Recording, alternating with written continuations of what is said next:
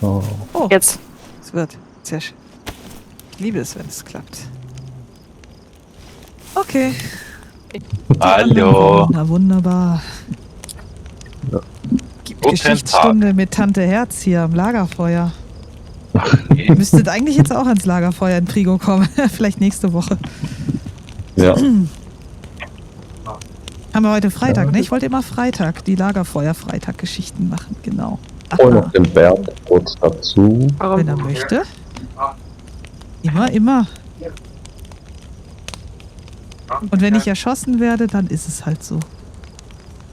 Dann habe ich wenigstens eine schöne Geschichte angefangen.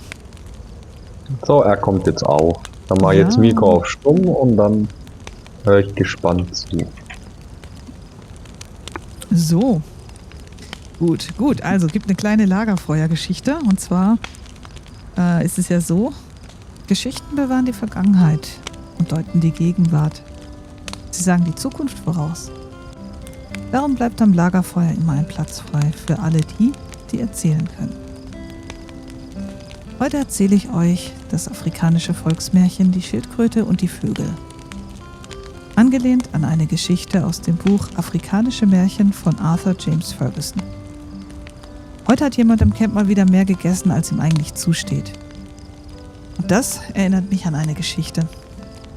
Wisst ihr, man sagt sich, dass die Schildkröten früher glatte Panzer hatten.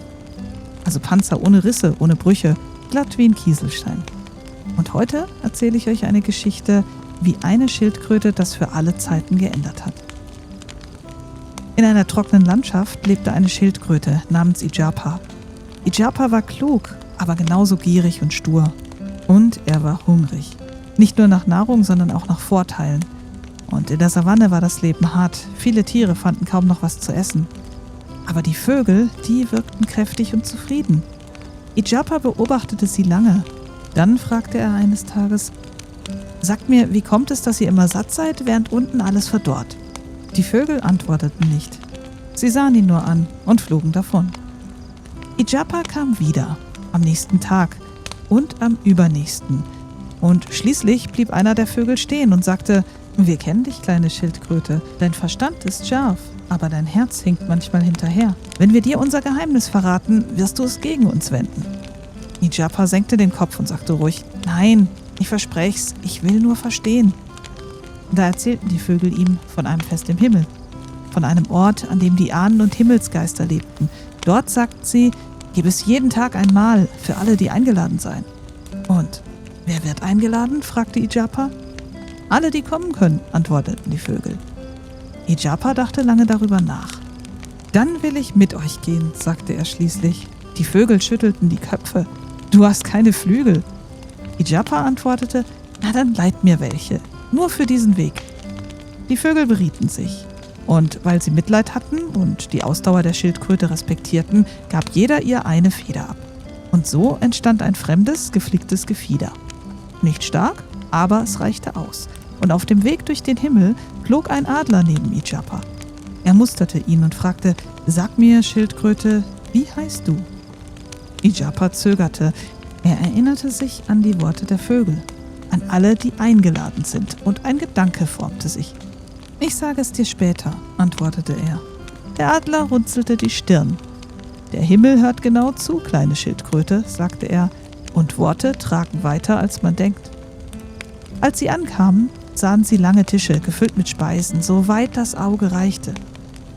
Die Gastgeber, die Himmelsgeister, traten vor und sagten: Dieses Essen ist für alle, bedient euch. Ijapa hob den Kopf. Sein Herz schlug schneller. Er trat vor und sagte laut: Dann ist es für mich, denn mein Name ist Alle. Und er begann zu essen. Schnell, gierig, ohne aufzusehen. Als er satt war, war nichts mehr übrig. Die Vögel standen ungläubig da. Einer von ihnen trat wütend vor und zog Ijapa die erste Feder aus dem Panzer.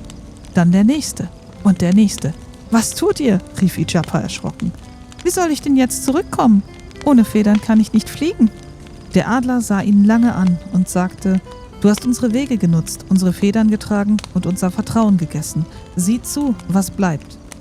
Die Vögel flogen fort. Ijapa blieb allein im Himmel zurück.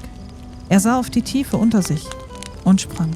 Der Weg war zu weit, der Aufprall zu hart. Sein Panzer zerbrach in viele Stücke.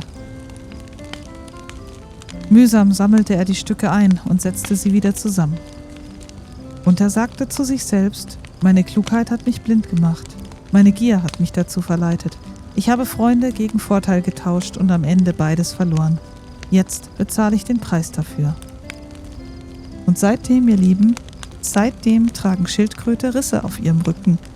Nicht als Strafe, aber als Erinnerung daran, dass Verstand ohne Verantwortung am Ende sich gegen dich selber richtet. Applaus. Schön. Habe ich aber schon mal gehört, die Geschichte. Ja, bestimmt. Oder Das sind gelesen. ja alles afrikanische interessant. Volksmärchen. Mhm. Tja, Nico sagt, es war eine schöne Geschichte. hier, jetzt Das kann war man eine ruhig echt gute, einschlafen. schöne Geschichte. Noch eine! Nächste Woche wieder. Ich brauche meine Stimme noch für meinen Bericht nachher. Ja, gut. Nächste Woche erzähle ich die von der kleinen Spinne. Von Nico die Spinne? Nee, oder Fetzi der fröhlichen Landmine.